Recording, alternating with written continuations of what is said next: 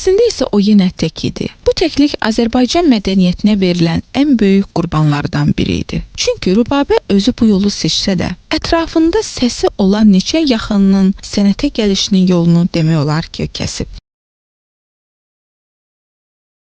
Mən 47 nömrəli məktəbdə oxuyurdum şəhərdə. O vaxtları rəqs ansamblı Trudavoy Rezerv deyirlər, bulvarın qırağında. Hamı uşaqları məktəblərdən oraya yığılırdı. Mən də icazəsiz gedib yazılmışdım ora. Gedib orada oxuyurdum da, oynayırdım da, anamın da xəbəri yox idi. İcazəsiz gedirdim ora.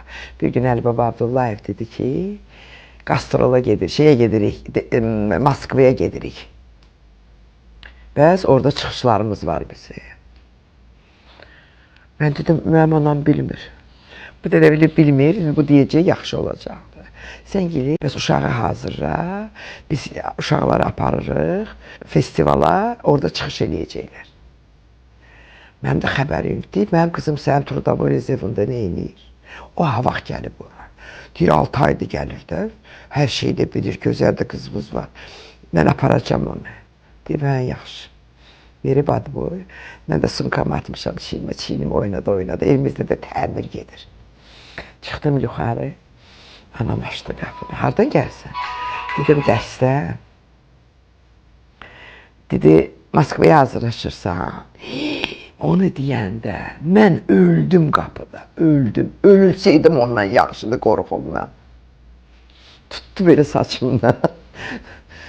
Xaladenikada qoymuşaq koridora. Remont demirəm, gedir, təmir gedir. Mən başıma o qədər xaladenika vurdu ki, nənəm gəlib çatana qədər.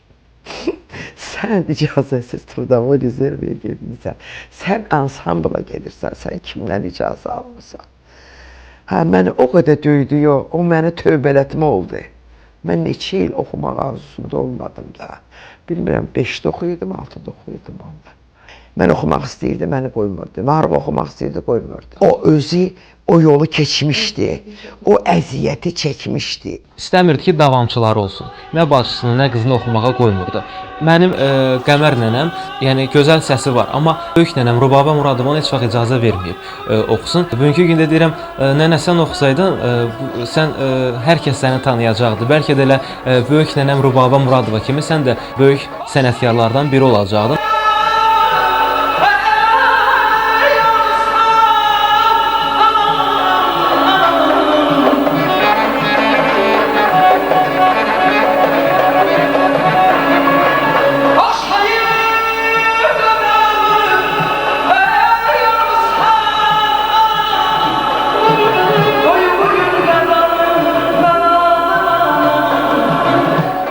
Ki, Rübabə xanım özü bu yoldan dönməyib.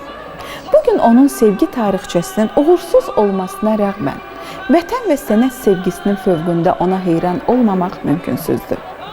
Ümumiyyətlə, o dövrdə sənət adamları şəxsi həyatlarından çox danışmırdılar. Cəmiyyət daha mühafizəkar idi və insanların bitib tükənməyən fantaziyaları sənətçilər haqqında sözün əsl mənasında dastan yaradırdı. Rübabə Muradova da o qəbildən idi. Gah deyirdilər, o tayda sevgilisi qalıb, gah da dərdlidir, çox içir. Oxuyanlar o vaxt adla idilər. Onlar bir dənə bir yerdə, əlinə bir dənə rümka alıb içəndi. Az filan kəsi filan yerdə gördüm. İçki içirdi. O söz çıxardırdılar, az filan kəs filan toyda içdi. Onların adı ağır idi. Parmağına göstərdilər, az bu Rübabədir, bu Saradır, bu Şövkətdir. Onlar yizinkiydiler. Ona görə hər adı onlara yaraşdırırdılar. Onlar adı taksiyə minəndə onlara söz edirdilər. Filan kəs taksidə gəzir. Filan kəsin maşınına mindi.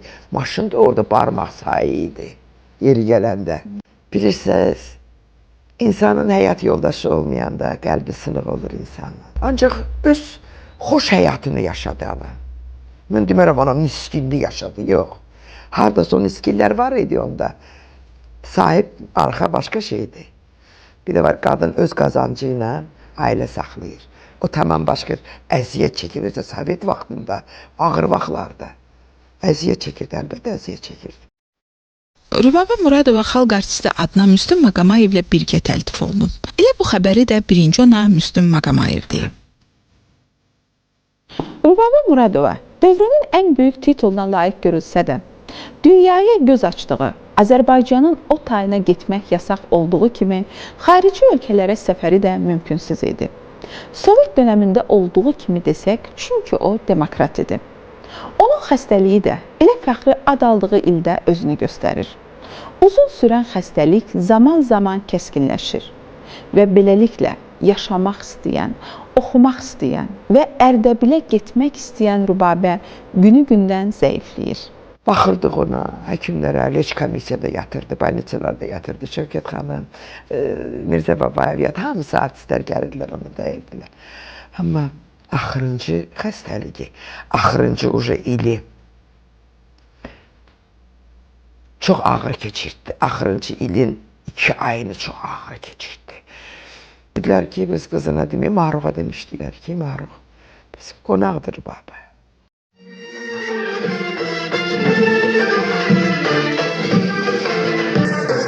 Rübabə xanım qatarla Araz boyu gedərkən pəncərədən bir an belə aralanmırmış. O tay gözdən itənə qədər ağlaya-ağlaya oxuyurmuş. Onun yol yoldaşlarının xatirələrində bu hadisə dönə-dönə qeyd olunub. Təəssüf ki, ömür vəfa eləmədi. Heydər babaya salam ifasıyla bu ayrılığa göz yaşı tökən Rübabə xanım o tayı görmədən Ərdəbil həsrəti ilə gözünü yumdu. Deməli, bölgələrimizdən biri Lənkərana üz tutublar. Sadəcə istirahət üçün gediblər. Lənkəranda indi orada dövlət işçilərindən kimsə yaxınlaşıb deyib, Rübabə xanım, sizin nə istəyiniz var? Mən onu böyük məmnuniyyətlə yerinə yetirmək istəyirəm. O da deyib ki, mənim istəyimi siz yerinə yetirə bilməzsiniz. Deyib, nədir sizin istəyiniz? İstəyərdim ki, deyir, sərhəd açılsın və mən öz doğma torpağıma heç olmasa bir qarış da olsa bir addımlayım. Və bu xahişini onun yerinə yetiriblər. Və təbii ki, mən bunları yenə deyim ki, eşitmişəm. O sərhədi keçəndə torpağa atılıb və torpağa başlayıb, belə deyək, torpaqdan yapışmağa, torpağı ovcuna alıb və mənim xatirəmdə mənə elə gəlir ki, onun həyatında ən böyük belə yadda qalan hadisə oldu. Bacım danışır, deyir ki, yuxu gördü, deyir. Gəldi ki, mən böyük bir univermağa girmişəm, orada çoxlu parça satırdılar Ayşə Əhməz. Bacım danışdı. O yuxunu danışdı. Sonra deyir, Qəmər deyir, səhərə yaxın idi, deyir. Gördüm, deyir, dedi ki, pis hiss eləyirəm özümü, uzandı. Uzandı, böyük otaqda divanda uzanmışdı. Mənim yoldaşım apardı məni. Mən qapıya çatanda, blokda, öz qapımıza çatanda gördüm, skor evimizdən çıxdı. Evdən çıxanda baxdım skorun üzünə, belə.